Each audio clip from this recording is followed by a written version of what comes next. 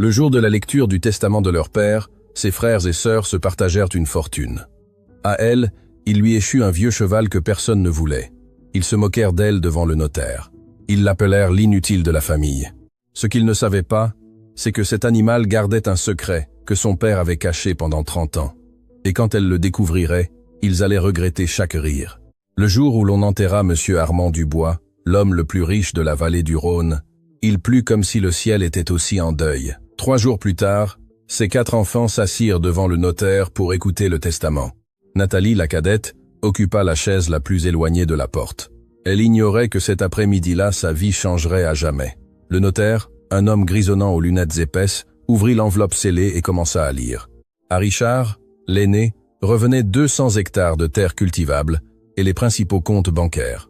À Émile, le deuxième, était dévolu tout le troupeau de bovins de race charolaise, plus de 150 têtes estimées à des millions. À Florence, la seule autre femme, il léguait l'entreprise de chevaux pur sang avec 30 spécimens enregistrés et les installations du haras principal. Et à ma fille Nathalie, lut le notaire d'une voix posée, je laisse tempête. Richard fut le premier à rire, frappant la table de sa paume ouverte et lâchant un rire qui résonna dans les murs du bureau. Émile se pencha en arrière sur sa chaise avec un sourire moqueur. Le cheval fou, c'est tout, dit Richard sans pouvoir se contenir. Florence regarda Nathalie avec une froideur calculée. Je te suggère de le vendre pour la viande avant qu'il ne meure de vieillesse et que l'enterrement te coûte cher. Cet animal ne vaut même pas ce qu'il mange. Émile ajouta, la regardant droit dans les yeux. Papa a toujours su que tu étais l'inutile de la famille.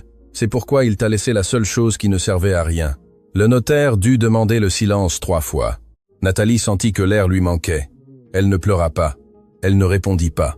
Elle resta immobile, tandis que ses frères et sœurs signaient des documents et se partageaient des propriétés dont elle ignorait même l'existence. Quand elle quitta ce bureau, elle n'avait pas d'argent pour payer le transport d'un cheval que personne ne voulait. Elle n'avait ni maison à elle, ni économie. La seule chose qui lui restait, c'était les dernières paroles que son père lui avait murmurées à l'hôpital. Des mots qu'elle ne comprit pas sur le moment. « Prends-en soin comme je t'ai soigné, et il te montrera ce que personne d'autre ne peut voir. » Nathalie marcha 3 kilomètres sous la pluie jusqu'à atteindre le haras, où Tempête avait vécu les 10 dernières années. Le cheval était dans un enclos à part, séparé des autres animaux, comme s'il s'agissait d'une maladie que personne ne voulait attraper. C'était un grand spécimen, au pelage sombre, marqué de vieilles cicatrices. Il avait 18 ans et une réputation qui effrayait quiconque. Il avait donné des coups de sabot à 3 dresseurs professionnels, mordu un vétérinaire et détruit des clôtures en bois comme si c'était du papier. Les travailleurs du haras l'appelaient « le diable » et faisaient un signe de croix lorsqu'il passait près de lui. Nathalie l'observa depuis l'extérieur de l'enclos. L'animal la regarda avec des yeux méfiants, soufflant et reculant les oreilles, comme s'il était prêt à attaquer. « Mademoiselle Nathalie », la voix venait de derrière. C'était Vincent, l'ancien contremaître de son père. Il avait 70 ans, le dos courbé par des décennies de travail, et les mains calleuses de celui qui connaît la terre mieux que n'importe quel livre. « Vincent, quelle surprise !»« Ce n'est pas une surprise, mademoiselle. Votre père m'a demandé d'être ici quand vous viendriez le chercher. » Nathalie fronça les sourcils. « Mon père savait que je viendrais ?» Vincent hocha lentement la tête. « Monsieur Armand savait beaucoup de choses. Il m'a demandé une faveur avant de mourir. Il a dit que je devais vous aider, mais que je ne pouvais pas vous dire pourquoi tant que vous ne le découvririez pas par vous-même. » Le vieil homme regarda Tempête. « Cela ne me revient pas de le révéler, mais je peux vous aider à transporter l'animal. J'ai une camionnette et une remorque. Oh, et je connais un terrain prêté où vous pouvez rester en attendant de trouver un meilleur endroit. » Nathalie ne comprenait rien. Son père avait laissé des instructions. Vincent avait pour ordre de l'aider. Et un cheval que tous méprisaient cachait quelque chose qu'elle devait découvrir seule. Les questions s'accumulaient sans réponse. Pourquoi mon père ferait-il tout cela? Vincent répondit seulement. Parce qu'il vous connaissait mieux que vous ne le croyez. Le terrain prêté était un lopin de terre à la périphérie du village, avec une cabane en tôle sans électricité ni eau courante. Il appartenait à un cousin éloigné de Vincent, qui était parti travailler dans le nord et ne comptait pas revenir avant des années. Nathalie installa Tempête dans une écurie improvisée, faite de vieux bois et de bâches. Le premier jour fut un désastre. Le cheval donna un tel coup de sabot à la clôture que 3 planches volèrent en éclats. Un voisin arriva en criant des menaces. « Si cet animal s'échappe encore, j'appelle les autorités. »« Vous êtes sur une propriété d'autrui avec une bête dangereuse ?» Nathalie s'excusa. « Elle promit de renforcer la clôture. Elle retint ses larmes jusqu'à ce que l'homme soit parti. Cette nuit-là, elle dormit sur le sol de la cabane en tôle, utilisant sa veste comme oreiller. Le froid s'infiltrait par les fentes.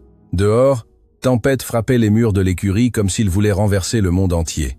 À 3 heures du matin, Nathalie n'en put plus. Elle s'assit dans un coin et pleura pour la première fois depuis les funérailles de son père. Elle pleura l'humiliation au bureau du notaire.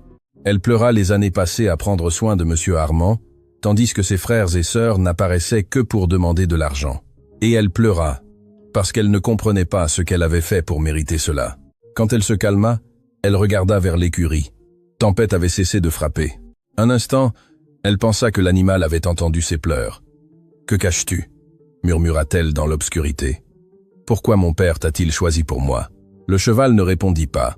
Mais Nathalie sut à ce moment qu'elle n'allait pas abandonner, ni par orgueil ni par obstination, mais parce que quelque chose dans les paroles de son père lui disait qu'il y avait plus à cette histoire et qu'elle allait le découvrir, quoi qu'il en coûte. 3 mois plus tôt, M. Armand Dubois gisait dans un lit d'hôpital, relié à des machines qui mesuraient chaque battement de son cœur affaibli. Les médecins lui avaient donné un pronostic de quelques semaines. Ses enfants aînés apparaissaient de temps en temps, signaient des papiers et passaient des appels concernant des propriétés et des héritages dans les couloirs. Nathalie était la seule à arriver chaque matin à 7 heures et à rester jusqu'à ce que les infirmières l'obligent à partir le soir. Ce jour-là, M. Armand était plus lucide que d'habitude. Il demanda à Nathalie de fermer la porte et de s'approcher. « Sais-tu pourquoi je n'ai jamais vendu Tempête » demanda-t-il d'une voix rauque. « Tu ne me l'as jamais dit, papa. Parce que ce cheval est plus précieux que n'importe quelle terre que je possède, plus que le bétail, plus que les comptes bancaires, mais seulement pour celui qui saura bien le regarder. » Nathalie ne comprenait pas. « Papa, ce cheval refuse de se laisser monter depuis 10 ans. Tout le monde dit qu'il est fou. » Monsieur Armand sourit faiblement. « Tout le monde voit ce qu'il veut voir. Toi, tu as toujours vu ce que les autres ignorent. C'est pourquoi je vais te le laisser. Papa, je n'ai pas besoin d'un cheval. J'ai besoin de... » Il l'interrompit en lui prenant la main avec le peu de force qui lui restait. « Prends-en soin comme je t'ai soigné, et il te montrera ce que personne d'autre ne peut voir. Promets-le-moi. » « Je te le promets, mais... Et quand tu le découvriras, tu comprendras pourquoi j'ai fait les choses comme je les ai faites. Tu comprendras tout. » Monsieur Armand ferma les yeux. Nathalie pensa qu'il s'était endormi, mais il commença alors à chanter doucement une berceuse, la même qu'il lui chantait quand elle était enfant, la même que Nathalie n'avait pas entendue depuis 20 ans. Quand il eut fini de chanter, Monsieur Armand serra sa main une dernière fois. « Souviens-toi de la chanson, ma fille. Tempête la connaît aussi. » 2 semaines après s'être installée sur le terrain, Nathalie vit arriver une camionnette de luxe qui souleva de la poussière sur tout le chemin et reconnut le véhicule avant qu'il ne s'arrête. C'était Florence. Sa sœur descendit, portant des talons qui s'enfonçaient dans la terre. Elle portait des lunettes de soleil, bien que le ciel fût couvert, et un sourire qui n'atteignait pas ses yeux. « Je viens te faire une offre, » dit-elle sans saluer. « 15 000 € pour le cheval. C'est plus que ce qu'il vaut. Mais ça me fait de la peine de te voir vivre comme ça. » Nathalie était en train de nourrir Tempête avec du foin qu'elle avait elle-même coupé. Elle ne se retourna pas. « Il n'est pas à vendre. 15 000 € ne te servent à rien. Regarde-toi, Nathalie. Tu n'as pas d'électricité, pas d'eau, tu vis sous un toit de tôle. Avec cet argent, tu pourrais louer quelque chose de décent pendant quelques mois. » J'ai dit non. Florence s'approcha d'un pas. « Cet animal va de toute façon finir à l'abattoir. Il est vieux, il est agressif. Il ne sert à rien. Au moins avec moi, il aura une fin rapide. Et toi, tu vas le laisser mourir de faim parce que tu n'as même pas de quoi le nourrir. » Nathalie se retourna finalement. « Pourquoi un cheval qui, selon toi, ne vaut rien, t'importe-t-il autant ?» Florence hésita une fraction de seconde, juste une fraction. « Le cheval ne m'importe pas, c'est toi qui m'importe. Nous sommes sœurs. Tu ne m'as jamais parlé comme une sœur. » Florence enleva ses lunettes. Ses yeux étaient froids. « Tu as 1 semaine pour y penser. Après cela, l'offre descendra à 10 000, et après cela, à rien. » Elle monta dans sa camionnette, et avant de démarrer, elle lui cria par la fenêtre. « Ah, et pour que tu vois comment vivent les gens qui ont pris de meilleures décisions. » Elle lança son téléphone portable à Nathalie avec une galerie ouverte. 30 photos de chevaux pur sang dans des écuries impeccables. Et maintenant, le message texte en dessous disait « N'importe lequel d'entre eux vaut plus que toute ta vie. » Richard apparut 3 jours plus tard. Contrairement à Florence, il arriva à pied depuis la route, sans camionnette ni chauffeur. Il portait une enveloppe en papier Kraft sous le bras et affichait une expression qui se voulait aimable. « Sœur, Quel plaisir de te voir. Nathalie réparait la clôture que Tempête avait de nouveau défoncée la nuit précédente. Elle ne cessa pas de travailler. Que veux-tu, Richard? Je viens en paix. Il leva l'enveloppe. Écoute, je sais que les choses ne se sont pas passées comme tu l'espérais avec le testament, et je sais que Florence peut être difficile. Mais moi, je suis différent. Je veux t'aider. M'aider comment? Richard ouvrit l'enveloppe et montra des liasses de billets. Voici de l'argent liquide pour le cheval. C'est 5 fois ce que Florence a offert. Nathalie posa le marteau. Elle regarda l'argent. C'était plus que ce qu'elle avait vu réuni de sa vie. Pourquoi un tel intérêt pour un cheval qui ne vaut rien? Richard sourit, mais le sourire n'atteignit pas ses yeux. Ce n'est pas de l'intérêt, c'est de la pitié. Papa t'a laissé dans une situation impossible, et je veux t'en sortir. Ce cheval va te ruiner, Nathalie. Il va manger tes économies, ta santé, ton temps. Vends-le, prends l'argent, recommence. Et si je ne veux pas le vendre? Le sourire de Richard disparut. Il remit l'argent dans l'enveloppe et la referma lentement. Tu finiras par nous supplier, petite sœur. Cet animal va te détruire, et quand tu seras dans la rue sans rien, tu te souviendras de ce moment. Tu te souviendras que je t'ai offert une porte de sortie et que tu l'as refusée. Il se retourna pour partir, mais s'arrêta. Une dernière chose, Vincent, le vieux contremaître. Cet homme a des secrets que personne ne connaît. Fais attention à qui tu fréquentes. Parfois, ceux qui semblent loyaux sont ceux qui cachent le plus. Nathalie le vit s'éloigner, le cœur battant. D'abord Florence avec ses menaces déguisées en pitié. Maintenant Richard avec son argent et ses avertissements sur Vincent. Quelque chose se passait. Quelque chose que ses frères et sœurs savaient et qu'elle ignorait. Une nuit de tempête, le ciel s'abattit sur la vallée avec une fureur que Nathalie n'avait pas vue depuis des années. Le vent fouettait la cabane en tôle, l'eau s'infiltrait par chaque fissure et les éclairs faisaient vibrer le sol. Tempête était enragée. Ses hennissements se mêlaient aux coups de tonnerre. Ses coups de sabot menaçaient de faire s'effondrer l'écurie improvisée. Nathalie savait que si l'animal s'échappait cette nuit-là, elle ne le retrouverait jamais. Elle prit une lampe de poche et courut sous la pluie jusqu'à l'écurie. Quand elle ouvrit la porte, Tempête se jeta sur elle, les yeux exorbités. Nathalie recula juste à temps pour éviter un coup de sabot qui aurait pu la tuer. « Tranquille !» cria-t-elle par-dessus le bruit de la tempête. « Tranquille, Tempête !» Le cheval n'écoutait pas. Il continuait à frapper, à souffler, à tourner en cercle comme s'il voulait s'échapper de sa propre peau. Nathalie se souvint des paroles de son père à l'hôpital. « Souviens-toi de la chanson. » Tempête la connaît aussi. Sans y penser, elle commença à chanter. C'était la berceuse que M. Armand lui chantait quand elle était enfant, la même qu'il avait chantée lors de sa dernière nuit lucide. Sa voix tremblait, à peine audible sous la pluie, mais elle continua à chanter. Tempête cessa de frapper. Ses oreilles se tournèrent vers l'avant. Ses yeux, qui quelques secondes auparavant étaient remplis de terreur, se calmèrent. Le cheval souffla une dernière fois et resta immobile. Nathalie continua de chanter tout en s'approchant lentement. Elle tendit la main. Tempête ne mordit pas, ne donna pas de coup de sabot, ne recula pas. Pour la première fois en 10 ans, il permit à quelqu'un de le toucher. Nathalie caressa son cou trempé de pluie. L'animal baissa la tête et la posa contre sa poitrine. « Mon père te chantait cette chanson, » murmura-t-elle. « C'est pourquoi il me l'a apprise, pour que tu me fasses confiance. Cette nuit-là, quelque chose changea entre eux. » Nathalie le sut, et elle sut aussi que son père avait tout planifié bien avant de mourir. Avant de poursuivre notre histoire, je voudrais adresser un salut très spécial à nos abonnés en France, en Belgique, au Canada, en Suisse, au Luxembourg, au Sénégal, en Côte d'Ivoire, au Cameroun, au Maroc, en Algérie, en Tunisie, au Vietnam et en Haïti. De quelle partie du monde nous écoutez-vous? Commentez pour que nous puissions vous saluer. Bénédictions à tous. Continuant avec l'histoire, Vincent arriva le lendemain avec des provisions. Des sacs de nourriture pour chevaux, des outils pour réparer la clôture et un thermos de café chaud. Il trouva Nathalie à l'intérieur de l'écurie, brossant Tempête avec des mouvements doux. « Sainte Vierge !» murmura le vieil homme depuis la porte. « Je n'aurais jamais pensé voir ça. » Nathalie sourit sans cesser de brosser. La chanson. Mon père m'a dit que Tempête la connaissait. Vincent entra doucement comme s'il craignait de rompre le sortilège. Votre père lui chantait cette chanson tous les jours pendant des années. Il était le seul à pouvoir l'approcher. Qu'est-il arrivé à ce cheval, Vincent? Pourquoi est-il devenu ainsi? Le vieil homme s'assit sur un seau renversé. Il soupira longuement.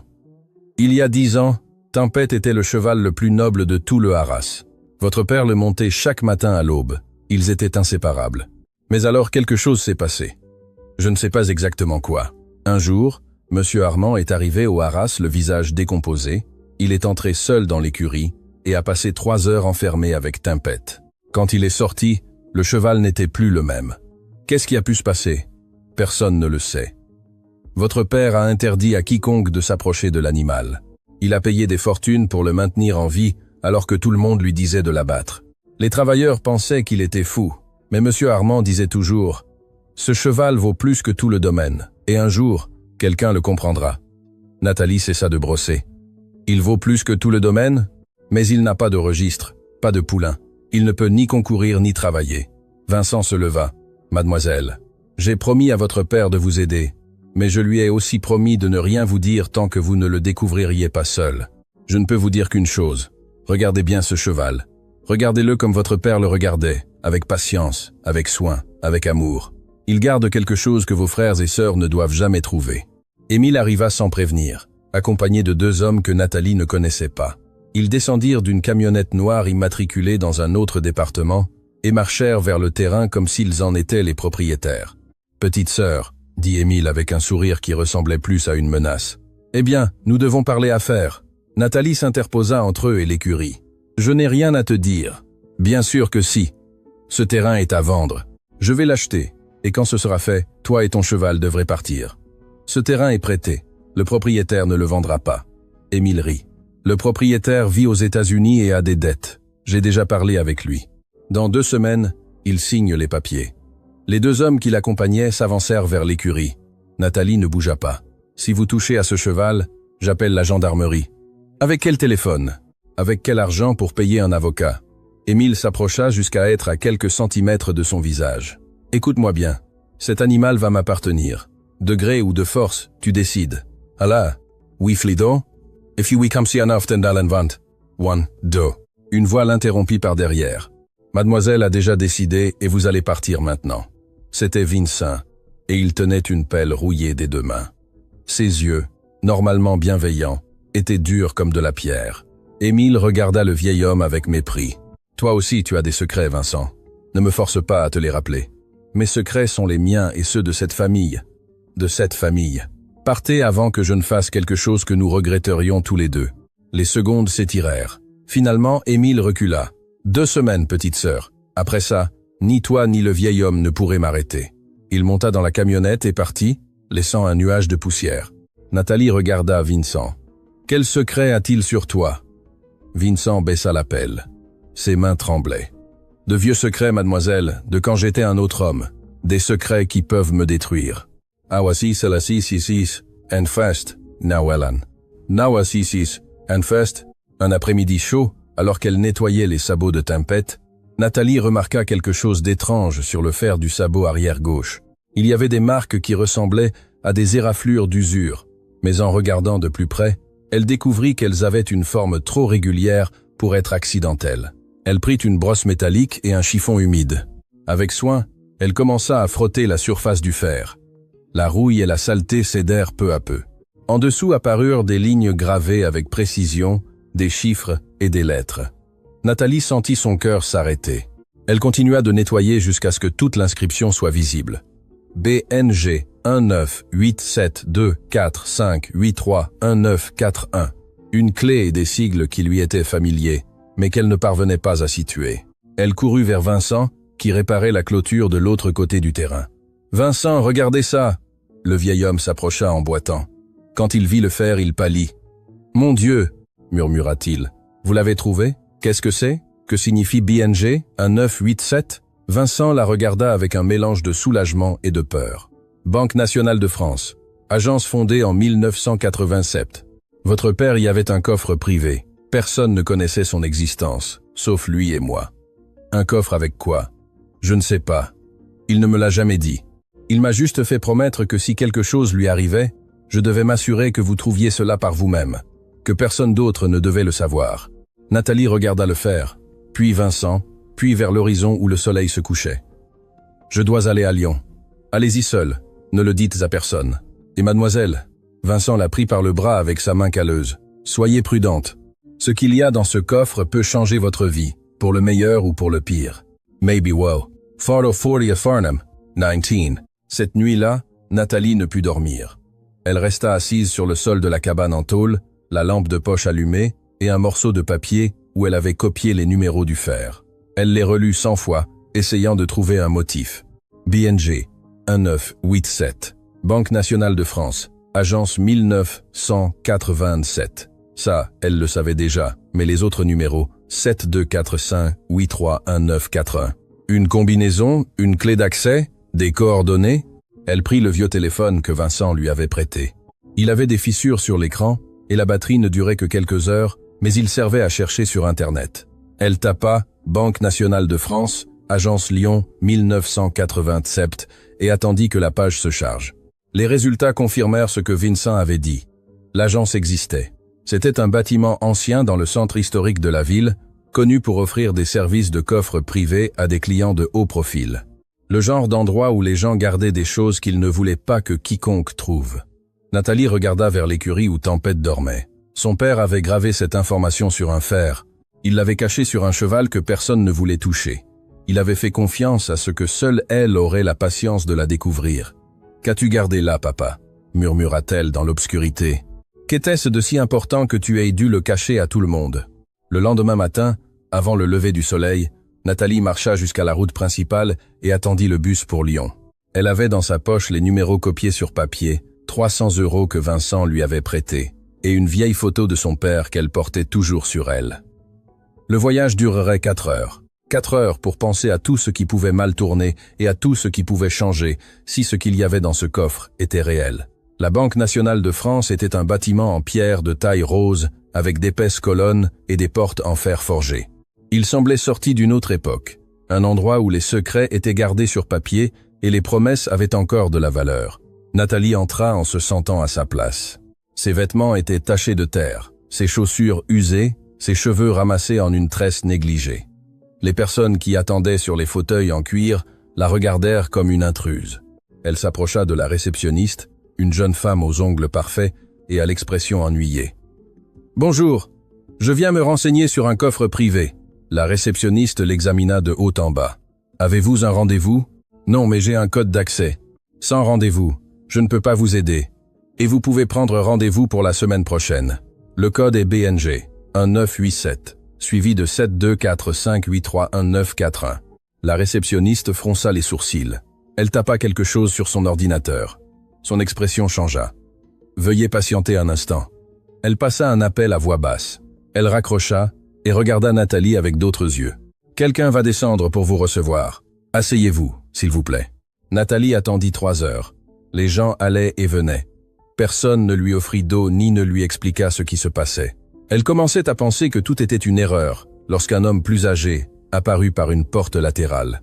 Il portait un costume gris, une cravate sombre et le genre de calme que seul donne la connaissance. « Mademoiselle Dubois. »« Oui, je suis monsieur le maire, responsable des services spéciaux.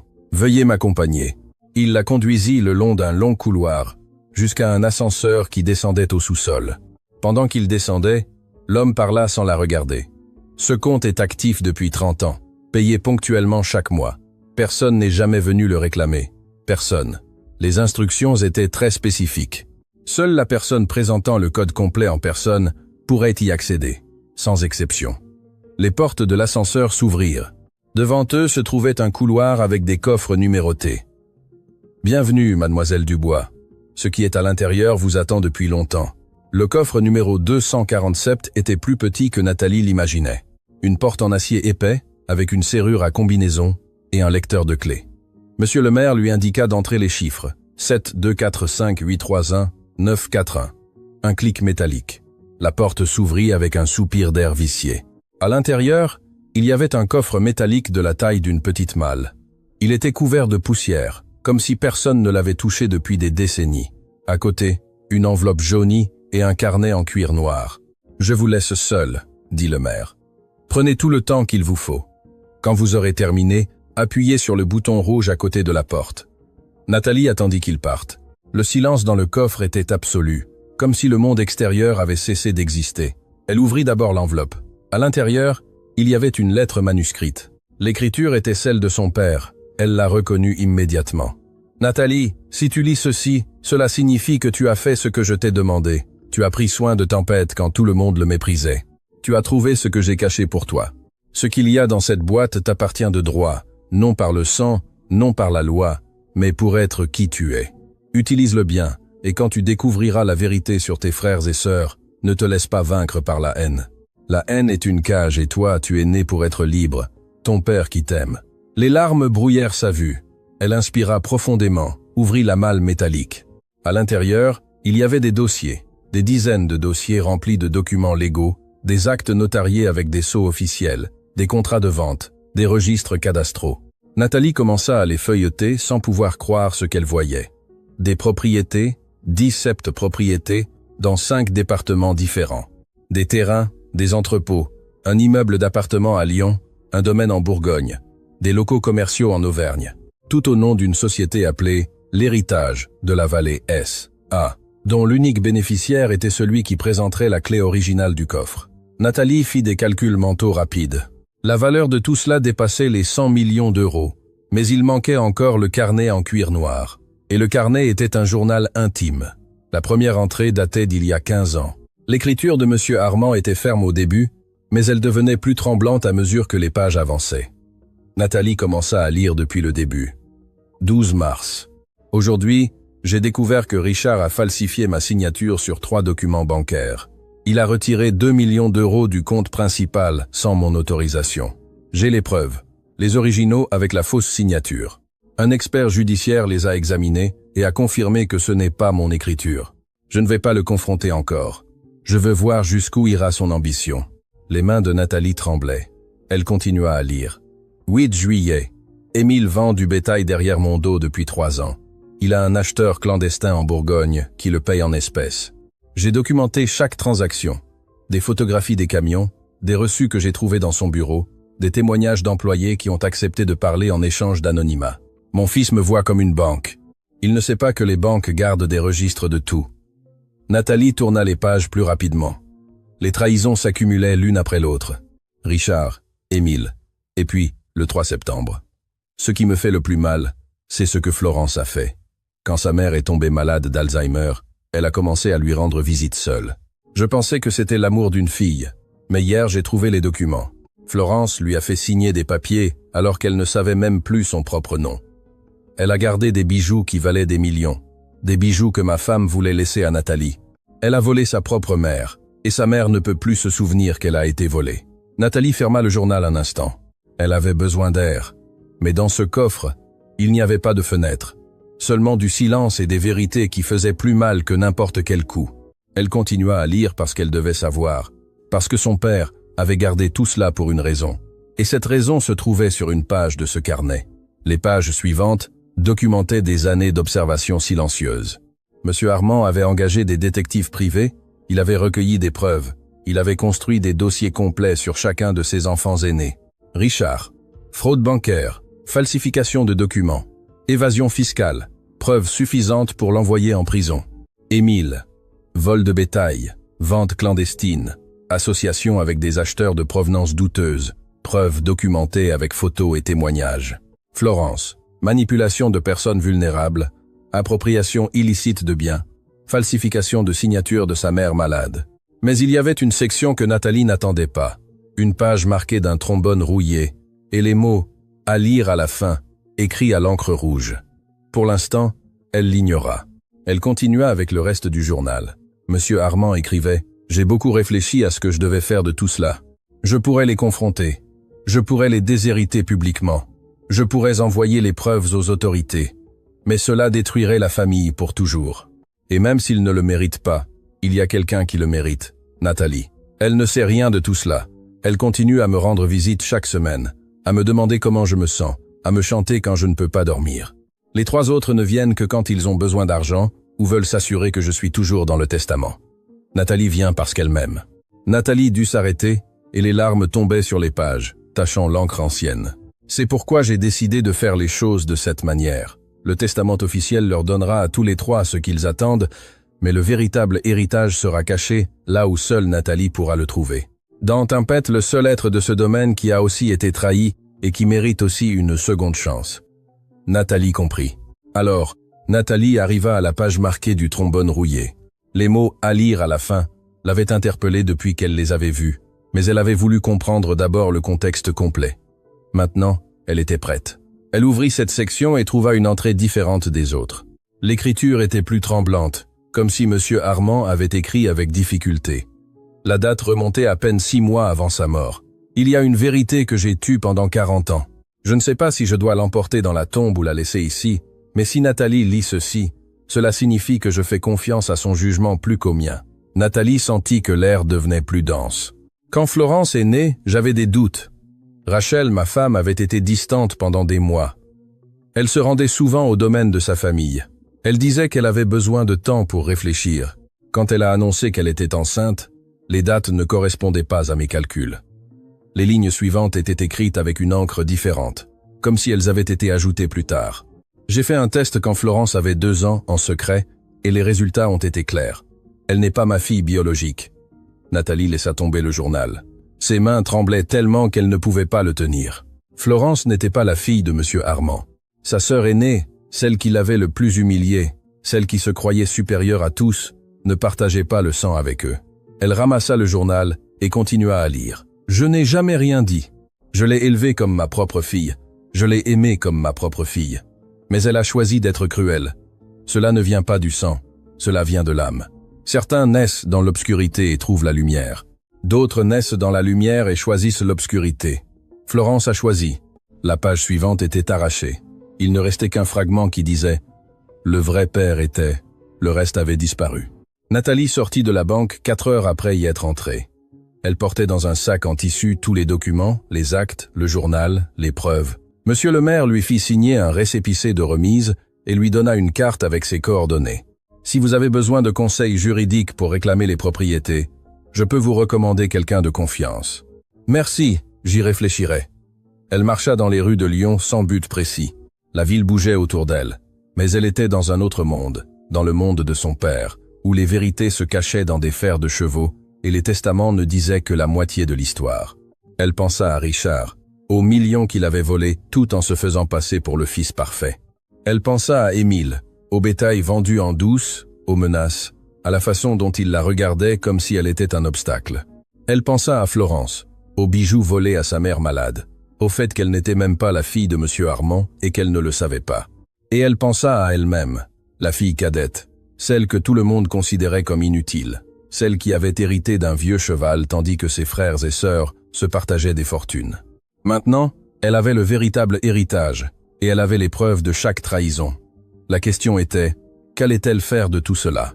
Elle pouvait rester silencieuse, prendre les propriétés en douce, disparaître avec l'argent, ou elle pouvait réclamer ce qui était à elle et affronter ses frères et sœurs avec la vérité.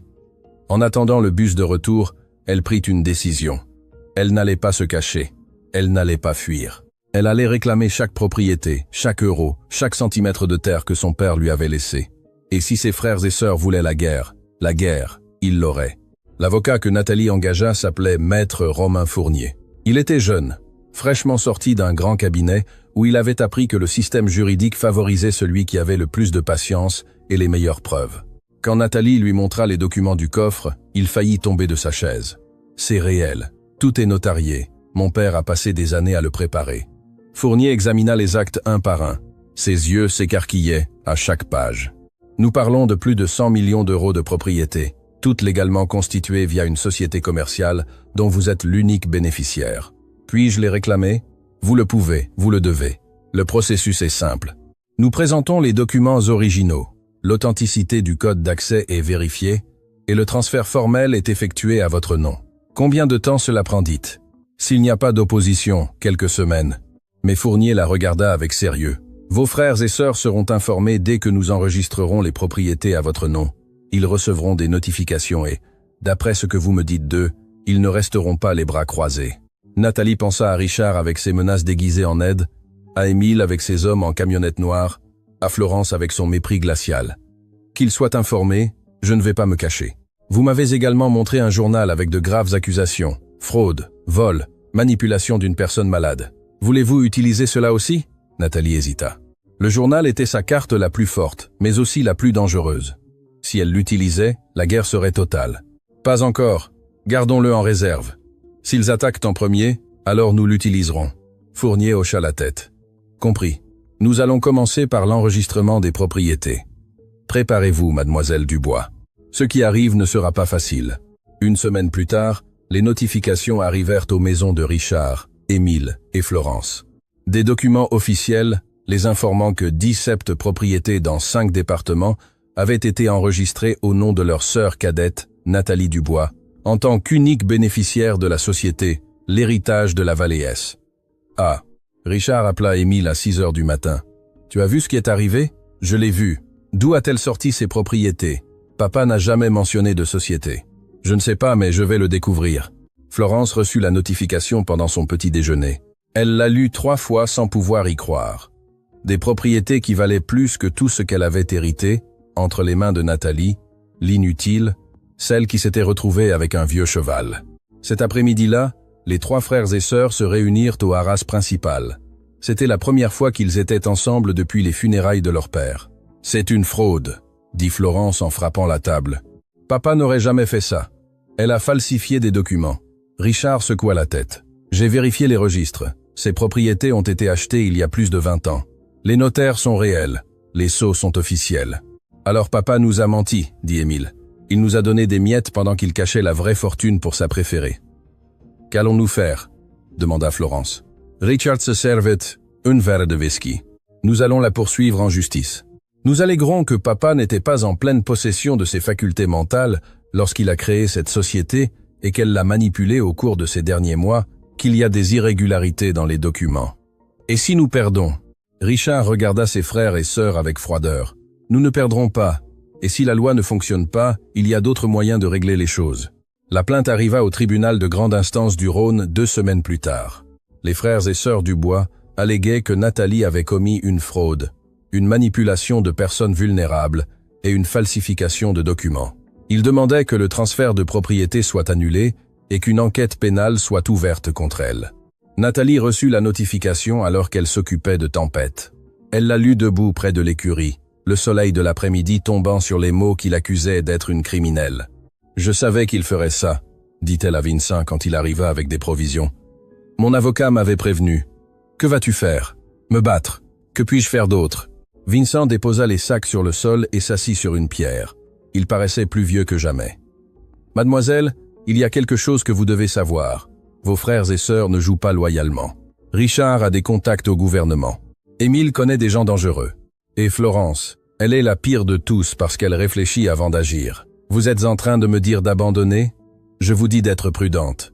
Votre père ne vous a pas seulement laissé un héritage, il vous a laissé une guerre. Et dans les guerres, les bonnes personnes perdent parfois. » Nathalie caressa le cou de Tempête. Le cheval souffla doucement, comme s'il comprenait. « Mon père m'a laissé cette guerre parce qu'il savait que je pouvais la mener. S'il avait voulu que j'abandonne, il n'aurait pas caché tout cela dans un cheval que personne d'autre ne voulait toucher. Il m'a choisi et je ne vais pas le décevoir. » Cette nuit-là, en examinant des documents avec son avocat au téléphone, Nathalie sentit que quelque chose changeait dans l'air, comme si une tempête s'approchait de l'horizon. Une tempête qui mettrait des mois à arriver, mais qui, une fois là, emporterait tout. Elle était prête. Le tribunal de grande instance de Lyon sentait le vieux papier et le désinfectant. Nathalie arriva tôt, vêtue de ses meilleurs habits, une blouse blanche et une jupe sombre qu'elle avait achetée dans un marché d'occasion. Son avocat, maître Romain Fournier, l'attendait à l'entrée avec une serviette pleine de documents. « Êtes-vous prête ?»« Non, mais allons-y. » La salle était à moitié pleine. Du côté opposé, ses 3 frères et sœurs occupaient le premier rang aux côtés d'un homme en costume coûteux et aux cheveux gominés. Nathalie reconnut le type, un avocat qui facturait à l'heure ce qu'elle gagnait en un mois. Le juge entra et tous se levèrent. C'était un homme âgé au visage fatigué et aux yeux qui semblaient avoir tout vu. Affaire numéro 2847, Dubois contre Dubois. Plainte pour fraude, manipulation de personnes vulnérables et falsification de documents.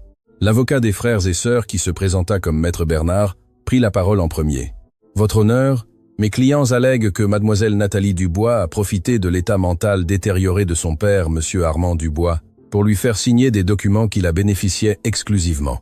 Nous avons des témoignages de personnes proches de la famille qui confirment que monsieur Armand n'était pas en état de prendre des décisions légales au cours de ces dernières années.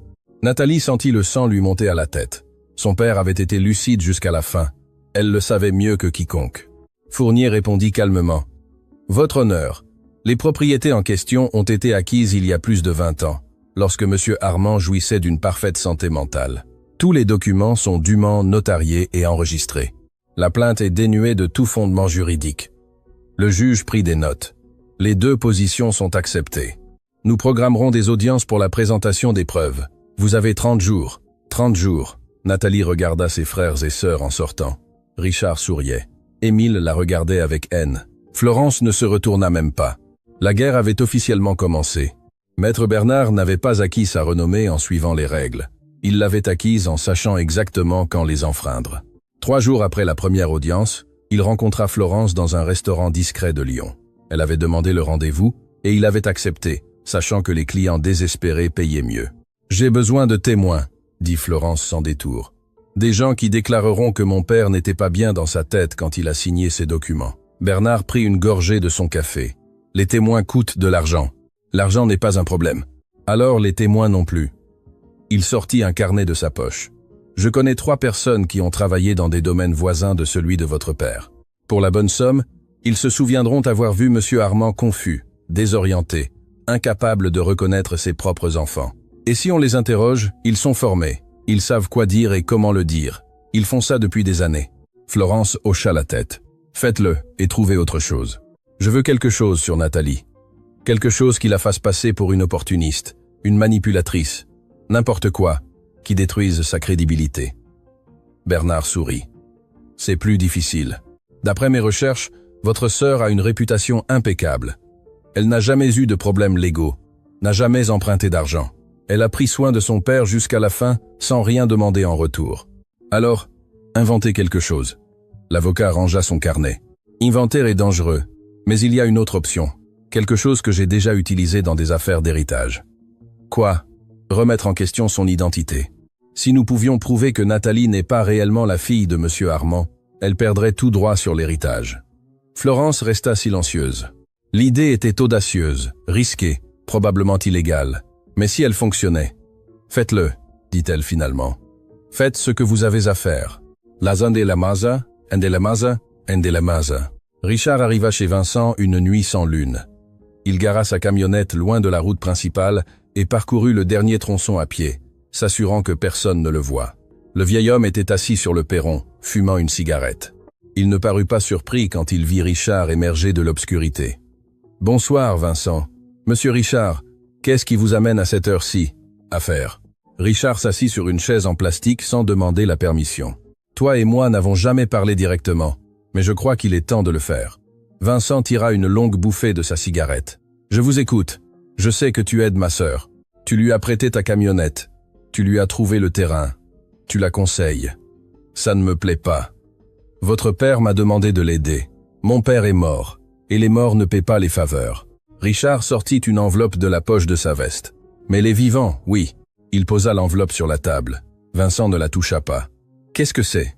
200 000 € pour que tu témoignes en notre faveur au procès. Que tu dises que Nathalie faisait pression sur mon père, qu'elle le perturbait, qu'il ne savait pas ce qu'il signait. » Vincent écrasa sa cigarette contre le cendrier. « Je ne ferai pas ça. » Richard se pencha en avant. Sa voix baissa à un murmure. « Je sais aussi pour ton fils, Vincent. Celui que tu as eu avec Marguerite il y a 30 ans. Celui que tu as abandonné quand il était bébé. Il est maintenant adulte et vit à Villefranche-sur-Saône. Et il ne sait pas que tu es son père. Tu imagines comment il réagirait s'il recevait une lettre anonyme lui racontant la vérité ?» Vincent pâlit. Ses mains commencèrent à trembler. « Tu as 1 semaine pour décider, » dit Richard en se levant. « L'argent ou la honte, tu choisis. » Adesana, 4041. Nathalie trouva Vincent assis près de l'écurie, le regard perdu dans l'horizon. Il était 6 heures du matin et le vieil homme n'avait pas dormi. On le voyait à ses cernes, à la façon dont ses épaules se courbaient plus que d'habitude. « Que s'est-il passé ?» demanda-t-elle, en s'asseyant à ses côtés. Vincent mit du temps à répondre. Quand il le fit, sa voix semblait brisée. « Richard est venu hier soir. Il m'a offert de l'argent pour témoigner contre vous et quand j'ai refusé, il m'a menacé de quelque chose de pire. »« Avec quoi ?» Le vieil homme ferma les yeux. Une larme roula sur sa joue ridée. « Il y a 30 ans aujourd'hui, j'ai commis la pire erreur de ma vie. J'ai eu un fils avec une femme du village. Elle s'appelait Marguerite. Elle était jeune, jolie, et j'étais marié. Quand elle est tombée enceinte, j'ai eu peur. Je lui ai donné de l'argent pour qu'elle parte, et je n'en ai jamais parlé à personne. Nathalie écoutait en silence. L'enfant a grandi sans père. Marguerite est morte il y a 10 ans, et il est resté seul. C'est maintenant un homme de 30 ans qui vit à Villefranche-sur-Saône. Il ne sait pas que j'existe. Il ne sait pas que son père est un lâche qui l'a abandonné. Vincent, Richard va tout lui raconter si je ne témoigne pas contre vous. Il va détruire l'image que ce jeune homme a de sa mère, l'illusion qu'il a peut être encore de connaître un jour son père. Il va utiliser ma honte pour vous couler. Nathalie prit les mains du vieil homme entre les siennes. Écoutez-moi bien. Vous n'allez rien déclarer qui ne soit pas la vérité. Et si Richard met sa menace à exécution, nous affronterons cela ensemble. Je ne vous sais pas pour ce que vous avez fait. Nous faisons tous des erreurs, Vincent. Ce qui compte, c'est ce que nous faisons après. Le vieil homme la regarda, les yeux humides. Votre père avait raison à votre sujet. Vous êtes la meilleure d'entre eux. Émile avait perdu patience. Les procès prenaient des mois à se résoudre. Les avocats coûtaient des fortunes. Et pendant ce temps, Nathalie continuait de vivre sur ce terrain avec ce maudit cheval qui aurait dû mourir il y a des années. Il décida de prendre les choses en main. Un matin, avant l'aube, il conduisit jusqu'aux abords du village avec 2 bidons d'essence dans le coffre de sa camionnette. Il se gara loin du terrain et marcha le reste du chemin, un bidon dans chaque main. La cabane en tôle était sombre. L'écurie où dormaient Nathalie et Tempête se distinguait à peine dans le ciel nocturne. Il travailla en silence. Il aspergea l'essence autour des parois en bois, imbiba les poteaux qui soutenaient le toit improvisé. Il laissa une traînée qui reliait le tout. L'odeur était forte, pénétrante, mais personne n'était réveillé pour le remarquer.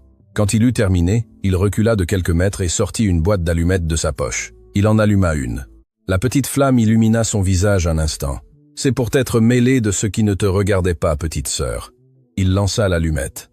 Les flammes grandirent plus vite que prévu. En quelques secondes, le feu encercla l'écurie et commença à grimper le long des murs. La fumée noire s'éleva vers le ciel sans étoiles. Émile courut à sa camionnette, démarra le moteur et s'éloigna sur le chemin de terre sans allumer les phares. Regardant dans le rétroviseur, il vit le halo orangé grandir au loin. Il sourit. Quand quelqu'un arriverait pour aider, il serait déjà trop tard. Tempête fut le premier à se réveiller. La fumée s'infiltra par les fissures de l'écurie et le cheval hennit avec force, frappant les murs de ses sabots. Le bruit réveilla Nathalie, qui dormait dans un coin sur un vieux matelas. Elle ouvrit les yeux et vit la lueur orangée filtrer à travers les planches. Elle sentit la chaleur, l'odeur d'essence, le feu.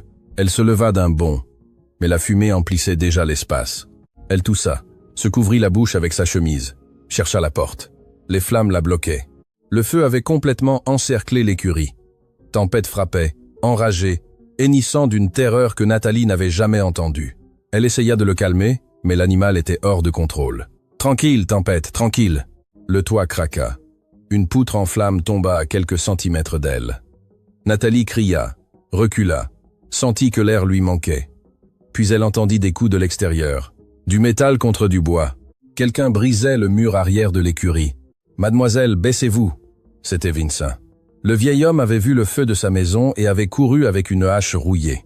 Il frappa les planches encore et encore jusqu'à ouvrir un trou suffisant pour passer. « Sortez maintenant !» Nathalie rampa vers le trou. Vincent la tira par le bras avec force, la traînant dehors. Elle toussait, pleurait, pouvait à peine respirer. Tempête est toujours à l'intérieur. Vincent rentra sans hésiter. Quelques secondes plus tard, le cheval sortit par le trou, le dos en flammes. Le vieil homme le suivait, le frappant avec une couverture mouillée pour éteindre le feu. Nathalie se traîna jusqu'à Tempête et l'étreignit tandis que l'animal tremblait. Les brûlures sur son dos étaient profondes. L'odeur de poils brûlés emplissait l'air. « Ils vont te payer pour ça », murmura-t-elle d'une voix brisée. « Je te le jure par mon père. » Le vétérinaire arriva à l'aube. C'était un jeune homme du village, un voisin qui avait entendu la nouvelle et était venu sans qu'on l'appelle. Il travailla pendant 3 heures à soigner les brûlures de Tempête, pendant que Nathalie tenait la tête de l'animal pour le maintenir immobile. « Il va survivre », dit-il finalement en s'essuyant les mains avec un chiffon. « Mais les cicatrices seront permanentes, tout le côté gauche du dos restera marqué. Les cicatrices ne m'importent pas, je veux juste qu'il vive. Il a besoin de repos, de médicaments et de soins quotidiens pendant au moins 1 mois. Je vous laisse tout le nécessaire. Vous ne me devez rien. » Nathalie le regarda, surprise. « Pourquoi » Parce que tout le village sait ce que vos frères et sœurs vous font, et certains d'entre nous croyons encore en la justice. La gendarmerie arriva 1 heure plus tard. 2 officiers examinèrent les restes calcinés de l'écurie, prirent des photographies, trouvèrent les bidons vides qu'Émile avait laissés tomber dans sa hâte de s'échapper. « C'était intentionnel », dit l'un des officiers. « Il y a des traces d'accélérants tout autour du périmètre. Avez-vous une idée de qui cela a pu être » Nathalie hésita. Elle savait que c'était Émile, mais accuser sans preuve directe pouvait compliquer l'affaire au tribunal. « J'ai des soupçons, mais je dois parler à mon avocat avant de faire des déclarations formelles. » Les officiers acquiescèrent, prirent ses coordonnées et promirent d'enquêter. Cette nuit-là, Nathalie dormit aux côtés de Tempête dans ce qu'il restait de l'écurie. Elle lui chanta la berceuse de son père jusqu'à ce que l'animal ferme les yeux. Les brûlures sur son dos brillaient sous la lumière de la lune. « Nous allons gagner ça », lui murmura-t-elle. « Pour toi, pour mon père, pour tous ceux qu'ils ont blessés. Nous allons gagner. » 1 semaine après l'incendie, une femme élégante arriva sur le terrain en taxi. Elle portait une robe bleu foncé, des lunettes de soleil et un sac à main qui valait plus que la cabane en tôle où Nathalie dormait désormais. « Nathalie Dubois ? Qui demande ?» La femme enleva ses lunettes, elle avait des yeux verts, la peau claire et une expression qui mélangeait peur et détermination. « Je m'appelle Laurence, je suis l'épouse de Richard. » Nathalie se tendit. « Si vous venez de sa part, je ne viens pas de sa part, je viens malgré lui. » Laurence regarda autour d'elle, s'assurant qu'elles étaient seules. « Pouvons-nous parler à l'intérieur ?» Elles s'assirent dans la cabane en tôle. Nathalie lui offrit de l'eau, c'était la seule chose qu'elle avait. Laurence l'accepta sans se plaindre. « Je suis mariée avec votre frère depuis 15 ans, commença-t-elle. 15 ans à supporter ses humiliations, ses infidélités, ses affaires louches. Je suis restée parce que j'avais peur. Peur de perdre mes enfants, peur de me retrouver sans rien. Mais ce qu'ils vous font à vous, l'incendie, c'était trop. Avez-vous des preuves qu'Émile a provoqué l'incendie ? Non, mais j'ai quelque chose de pire. » Laurence sortit un téléphone de son sac. Des enregistrements de conversations que Richard a eus il y a 6 mois, quand votre père était encore en vie. Nathalie sentit son cœur s'arrêter. Quel genre de conversation ? Richard a parlé avec un médecin. Il voulait accélérer les choses, que votre père meure plus vite pour toucher l'héritage plus tôt. Vous dites que le médecin a refusé ? Votre père s'est temporairement rétabli et est mort de cause naturelle des mois plus tard, mais l'intention était là, et j'ai les preuves. Laurence posa le téléphone sur la table. « J'ai besoin de garanties que vous me protégerez si j'utilise cela, que Richard ne pourra pas me prendre mes enfants, ni me laisser à la rue. Pouvez-vous me le garantir ?» Nathalie la regarda fixement. « Je vous donne ma parole. » Nathalie écouta les enregistrements cette nuit-là. La voix de Richard était indubitable. « Docteur, vous savez que mon père n'a pas de qualité de vie. Chaque jour qui passe est un jour de souffrance pour lui, et franchement, une dépense inutile pour la famille. Il y a des moyens d'accélérer le processus. Des moyens discrets. » La voix du médecin répondit avec prudence. « Ce que vous me demandez est illégal, monsieur Dubois. Je ne peux pas participer à une telle chose. Je ne vous demande pas de faire quoi que ce soit directement, juste de regarder ailleurs, de cesser de lui donner certains médicaments, de ne pas intervenir en cas de complications. Je suis désolé, mais j'ai prêté serment. Tous les serments ont un prix, docteur. Le mien non, avec votre permission. » L'enregistrement s'arrêtait là, mais il y en avait d'autres. D'autres conversations où Richard discutait avec Émile du problème du vieil homme et de la façon dont tout serait plus facile s'il mourait une bonne fois pour toutes. Nathalie éteignit le téléphone. Elle se sentait nauséeuse. Son propre frère avait tenté d'accélérer la mort de son père. Il n'y était pas parvenu, mais l'intention était documentée. C'était la preuve de quelque chose de monstrueux. Elle appela son avocat. « Fournier, j'ai quelque chose de nouveau, quelque chose d'énorme. » « À quel point énorme ? » « Assez pour détruire Richard, mais j'ai besoin que vous me disiez si c'est admissible comme preuve. Envoyez-le-moi, je l'examine ce soir. » Après avoir raccroché, Nathalie resta à regarder les étoiles par la fenêtre cassée de la cabane en tôle. Son père était mort de cause naturelle. Les médecins l'avaient confirmé. Mais savoir que Richard avait souhaité sa mort, qu'il avait essayé de l'acheter, cela changeait tout. La guerre n'était plus seulement une question d'argent. C'était une question de justice, pour la mémoire de M. Armand. Pour tout ce qu'il avait supporté en silence, pendant que ses enfants attendaient comme des vautours. L'audience pour la présentation des preuves était prévue pour un mardi. Nathalie arriva avec Fournier et un dossier rempli de documents authentifiés. Elle s'attendait à une journée difficile, mais gérable. Elle ne s'attendait pas à ce qui suivit. Maître Bernard demanda la parole avant que Fournier ne puisse présenter ses preuves. « Votre honneur, avant de poursuivre la procédure standard, Mes clients souhaitent présenter une preuve qui modifie fondamentalement la nature de cette affaire. Le juge fronça les sourcils. Procédez. Bernard sortit un document de son porte-document et le remit au greffier. Ce que vous tenez entre vos mains est une analyse ADN réalisée par le laboratoire d'analyse médicale spécialisé de Lyon. Et les résultats démontrent que mademoiselle Nathalie Dubois ne partage pas de matériel génétique avec le défunt monsieur Armand Dubois. Un murmure remplit la salle. Nathalie sentit le sol s'ouvrir sous ses pieds. En d'autres termes, continua Bernard, avec un sourire à peine contenu, la défendresse n'est pas la fille biologique du testateur. Par conséquent, tout héritage qu'elle réclamerait est nul de plein droit. Elle n'a aucun lien légal ou sanguin avec la famille Dubois. Florence sourit depuis son siège. Richard hocha la tête avec satisfaction. Émile frappa la table comme s'il célébrait un but. Fournier se leva. Objection. Ce document n'a pas été partagé avec la défense. Nous n'avons pas eu l'occasion d'en vérifier l'authenticité. Le document est dûment certifié, répondit Bernard.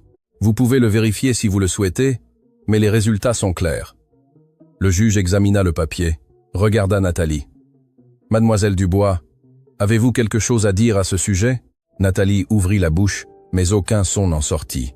Tout ce qu'elle avait construit, tout ce pourquoi elle s'était battue, ne tenait soudain qu'à un fil. Votre honneur, intervint Fournier, nous demandons une suspension d'audience pour analyser cette prétendue preuve. Le juge acquiesça. Accordé, nous reprenons dans une semaine. Nathalie quitta le tribunal sans regarder personne. Le document disait qu'elle n'était pas la fille de son père. Et si c'était vrai, elle perdait tout. Nathalie ne dormit pas pendant 3 jours.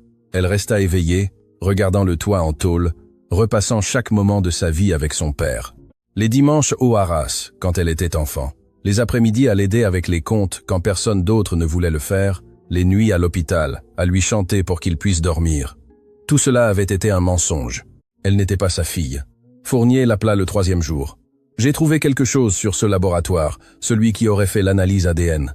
Qu'avez-vous trouvé? Il a fermé il y a 2 ans. Le propriétaire est en prison pour fraude. Il falsifiait des résultats médicaux pour qui payait suffisamment. Nathalie sentit l'air revenir à ses poumons. Alors, le document est faux? Probablement, mais nous devons le prouver. Je vais engager un laboratoire indépendant pour faire une nouvelle analyse, une vraie, certifiée par le gouvernement, que personne ne pourra contester. Combien de temps cela prendra-t-il? 2 semaines minimum. En attendant, nous devons tenir bon. Nathalie raccrocha et regarda vers l'écurie où Tempête se reposait. Les brûlures sur son dos guérissaient, mais les cicatrices étaient déjà visibles. Des marques permanentes de ce dont ses frères et sœurs étaient capables. « Mon père m'a choisi », murmura-t-elle dans le vide. « Il m'a laissé tout cela parce qu'il savait qui je suis. Peu importe ce que dit un faux papier, je connais la vérité. » Mais un petit doute continuait de grandir dans son esprit. Et si le document était réel? Et si son père avait gardé ce secret aussi? Il n'y avait qu'un seul moyen de le savoir. Elle devait revenir au journal. Elle devait lire ce qu'elle n'avait pas encore lu. Nathalie passa des heures à revoir chaque page du journal de son père. Elle cherchait quelque chose, n'importe quoi qui lui confirmerait qu'elle était sa fille. Mais Monsieur Armand n'avait jamais écrit sur ce sujet directement. Il parlait de ses visites, de son amour pour elle, de sa différence avec les autres. Il ne mentionnait jamais le sang ou l'ADN. Et alors elle décida d'enquêter d'un autre côté. Si le document était faux, il devait y avoir une trace. Elle appela Fournier. « J'ai besoin que vous enquêtiez sur qui a payé cette analyse ADN. Le laboratoire était fermé, mais quelqu'un a dû contacter le propriétaire en prison ou ses anciens employés. C'est compliqué. Cela nécessite l'accès à des relevés bancaires. Faites-le, quoi qu'il en coûte. » 3 jours plus tard, Fournier l'appela avec des nouvelles. « J'ai trouvé la trace. Le paiement est venu d'un compte professionnel au nom de « Distributeur du fer S ». Ah, cela vous dit quelque chose?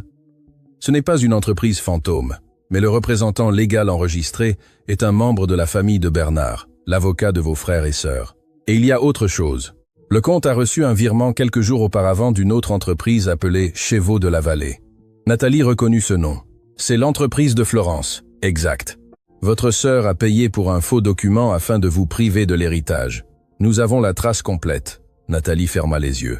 Florence, toujours Florence, celle qui la méprisait le plus, celle qui ne manquait jamais une occasion de l'humilier. Maintenant, elle avait commis un crime grave pour la détruire. Nous pouvons utiliser cela au procès? Nous le pouvons, et nous allons le faire. Mais attendez, il y a autre chose que vous devez savoir. Quoi? En enquêtant sur les entreprises de Florence, j'ai trouvé des irrégularités, beaucoup. Je crois que votre père avait raison dans son journal. Votre sœur a volé pendant des années et a laissé une trace qu'elle croyait invisible. Nathalie revint au journal cette nuit-là. Elle l'avait lu plusieurs fois, mais elle sentait qu'il manquait quelque chose. Son père était un homme méticuleux. S'il avait laissé ce carnet comme preuve, il devait y avoir plus. Elle examina la couverture en cuir noir avec soin. Elle était usée par les années, avec des coins pliés et des taches d'humidité. Elle passa ses doigts sur le bord intérieur et sentit quelque chose d'étrange.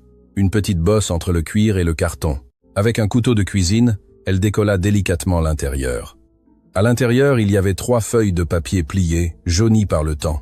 La première feuille portait une date d'il y a 40 ans. L'écriture de son père était jeune, ferme, sans les tremblements de la vieillesse. Aujourd'hui, j'ai confirmé ce que je soupçonnais depuis des mois. Florence n'est pas ma fille. J'ai fait le test en secret quand elle avait 2 ans. Les résultats ont été clairs. Rachel a eu une liaison pendant que j'étais en voyage. L'homme était Antoine Lefebvre, le contremaître qui travaillait ici avant Vincent. Nathalie retint son souffle un instant. J'ai confronté Rachel. Elle a pleuré, m'a demandé pardon. Elle m'a supplié de ne pas l'abandonner. Elle a dit que c'était une erreur, qu'elle ne l'avait plus jamais revue. Le croyais-je ou voulais-je le croire? J'ai décidé de rester. J'ai décidé d'élever Florence comme ma propre fille. J'ai renvoyé Antoine et je l'ai payé pour qu'il quitte la région. Je n'en ai jamais reparlé. La deuxième feuille continuait. 20 ans se sont écoulés depuis. Florence a grandi sans connaître la vérité. Je l'ai traitée comme les autres, être même mieux. Car je sentais que je devais compenser quelque chose, mais elle a choisi d'être qui elle est. Le sang ne détermine pas le destin, les décisions le font. La troisième feuille était la plus récente. L'écriture tremblait, signe que M. Armand l'avait écrite au cours de ces derniers mois. Si Nathalie lit ceci, cela signifie que la preuve a fonctionné, et cela signifie qu'elle a pris soin de Tempête avec l'amour que j'espérais. Cela signifie qu'elle a trouvé tout ce que j'ai caché pour elle. Nathalie dut s'essuyer les larmes pour continuer à lire. « Je veux que tu saches, ma fille, que je n'ai jamais douté que tu étais la mienne. Du jour de ta naissance, j'ai vu dans tes yeux le même regard que je voyais chez ma mère, la même bonté, la même force silencieuse. Tu es mon sang, mon véritable héritage. Florence ne le sait pas et peut. Être ne devrait-elle jamais le savoir. Cela, je le laisse à ton jugement. Mais si elle tente de te prendre ce qui t'appartient, si elle tente de te détruire comme elle a détruit d'autres, alors utilise cette vérité. Non pas comme une vengeance, mais comme une défense. Il y a une différence. Antoine Lefebvre est mort il y a 10 ans dans un accident de la route. Il a emporté le secret dans sa tombe, mais j'ai gardé les preuves ADN originales. Elles sont dans le coffre-fort de mon bureau, celui que personne n'utilise parce que tout le monde croit qu'il est vide. La combinaison, c'est ta date de naissance. Nathalie termina de lire et resta immobile pendant de longues minutes. Son père avait tout su. Il avait gardé le silence pendant 40 ans pour protéger une famille qui ne le méritait pas, et finalement, il lui avait laissé les outils pour se défendre. « Merci, papa », murmura-t-elle au papier taché de larmes. « Je ne te décevrai pas. » Le lendemain matin, Nathalie se rendit au domaine principal. Elle savait que ses frères et sœurs ne seraient pas là. Richard avait des réunions à Lyon les mardis. Émile passait les matins dans les enclos à taureaux, et Florence arrivait rarement avant midi. Elle entra par la porte de service qu'il laissait toujours ouverte. La maison sentait le vieux bois et les souvenirs. Elle monta au bureau de son père. Elle vit la pièce que personne n'avait touchée depuis sa mort. Le coffre-fort était dans un coin derrière une bibliothèque poussiéreuse. Il était petit, ancien, du genre qui s'ouvrait avec une combinaison numérique. Nathalie composa sa date de naissance, 15 août 1989. La porte s'ouvrit avec un déclic. À l'intérieur, il y avait une épaisse enveloppe en papier kraft. Elle l'ouvrit d'une main tremblante. Elle contenait 2 choses. Les résultats originaux du test ADN de Florence, daté d'il y a 40 ans, et une lettre scellée qui lui était adressée. « Nathalie, si tu as trouvé ceci, cela signifie que mes instructions ont fonctionné. J'ai toujours su que ce serait toi qui irais jusque-là. Non pas parce que tu es plus intelligente que tes frères et sœurs, mais parce que tu es plus patiente, plus aimante, plus disposée à regarder là où les autres ne veulent pas voir. Je t'ai laissé Tempête parce que lui et toi êtes pareils. Vous avez tous deux été jugés injustement, et tous deux avez été méprisés par ceux qui ne vous connaissaient pas. Et vous avez tous deux plus de valeur que quiconque ne l'imagine. La preuve du cheval n'était pas une énigme ingénieuse, c'était un filtre. Seul quelqu'un avec un véritable amour dans le cœur prendrait soin d'un animal que tout le monde voulait mort. Seule une telle personne prendrait le temps de nettoyer ses sabots, d'examiner ses fers, de découvrir ce que j'ai caché. Tes frères et sœurs auraient vendu Tempête dès la première semaine. Toi, tu l'as sauvé. Et en le sauvant, tu t'es sauvé toi-même. Nathalie retourna sur le terrain avec les documents cachés sous ses vêtements. Elle trouva Vincent qui l'attendait près de l'écurie, l'expression inquiète. « Où étiez-vous? Je vous cherche depuis des heures. Je suis allé chercher quelque chose que mon père m'a laissé. » Elle lui montra les papiers. Vincent les lut en silence, ses vieux yeux s'humidifiant à chaque ligne. « Alors, c'est vrai? Nous, les employés du domaine, nous l'avons toujours soupçonné. Florence ne ressemblait à personne de la famille, mais M. Armand la traitait comme les autres, alors nous n'avons jamais rien dit. Mon père l'a aimée malgré tout. Il l'a élevée, l'a éduquée, lui a donné tout ce qu'il avait, et elle l'a trahi de toute façon. » Vincent acquiesça lentement. L'amour d'un père ne dépend pas du sang, mais l'amour d'un enfant dépend de ses décisions. Florence a mal choisi. Nathalie rangea les documents dans un sac imperméable qu'elle cacha sous une planche lâche de l'écurie. « Maintenant, je comprends tout, Vincent. Mon père ne m'a pas laissé un vieux cheval par accident. Il m'a laissé une épreuve. Il voulait savoir si j'étais capable d'aimer quelque chose que personne d'autre ne voulait aimer, et il voulait s'assurer que l'héritage arrive à qui le méritait. Et vous avez réussi l'épreuve. J'ai réussi l'épreuve. » Nathalie regarda vers Tempête, qui se reposait dans son coin, les cicatrices brillant sous le soleil. Maintenant, il ne reste plus qu'à ce que le juge le comprenne aussi. Le jour du jugement final, la salle était pleine. L'affaire Dubois contre Dubois avait attiré l'attention de la moitié du département. Journalistes, curieux et voisins du village occupaient chaque siège disponible. Nathalie entra avec Fournier à ses côtés. Elle portait la même blouse blanche que lors de la première audience, mais elle marchait désormais différemment, le dos droit, le regard ferme. Ses frères et sœurs étaient déjà à leur place. Richard feignait le calme, mais tambourinait des doigts sur la table. Émile regardait vers la porte comme s'il voulait s'échapper. Florence avait de profondes cernes, et son maquillage ne suffisait pas à masquer sa nervosité. Le juge prit place. Nous continuons avec l'affaire 2847. La défense a demandé à présenter de nouvelles preuves. Procédez. Fournier se leva. Votre honneur, lors de l'audience précédente, la partie demanderesse a présenté une prétendue analyse ADN qui remettait en question la filiation de ma cliente.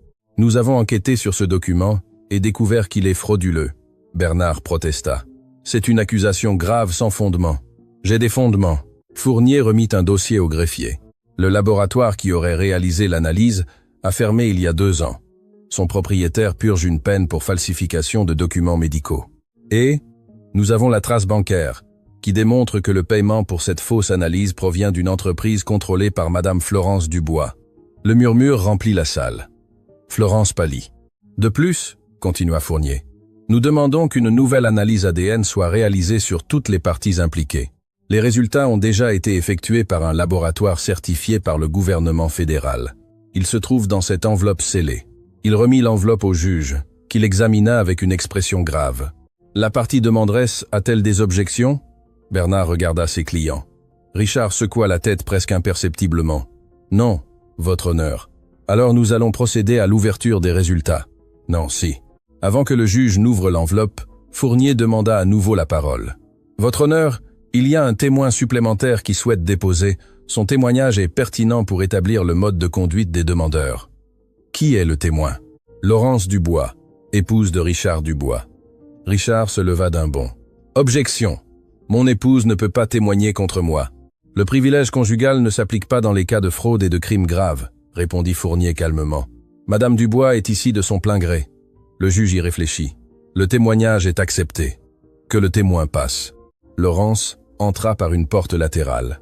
Elle évita de regarder Richard en marchant vers la barre.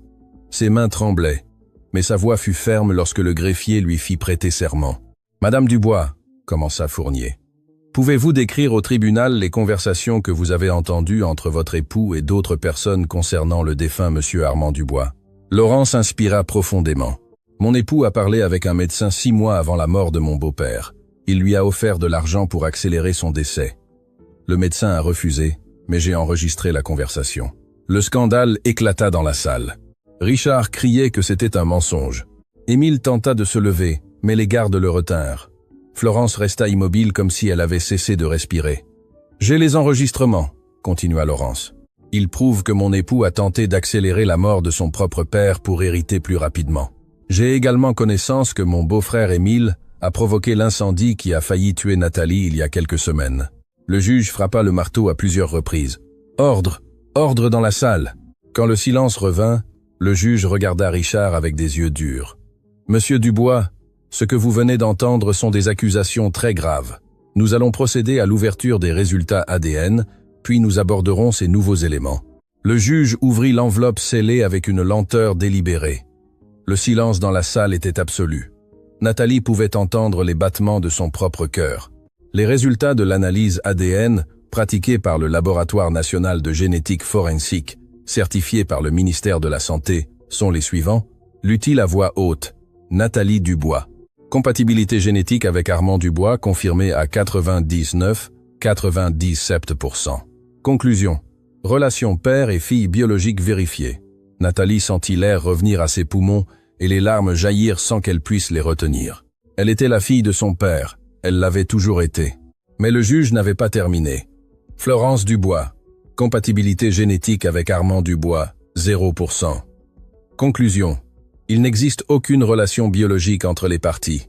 Le cri de Florence déchira l'air comme un couteau. Elle se leva de son siège, le visage décomposé. C'est un mensonge. Je suis sa fille. J'ai toujours été sa fille. Ordre. Le juge frappa le marteau. Madame, contrôlez-vous ou vous serez expulsée de la salle. Florence tomba à genoux.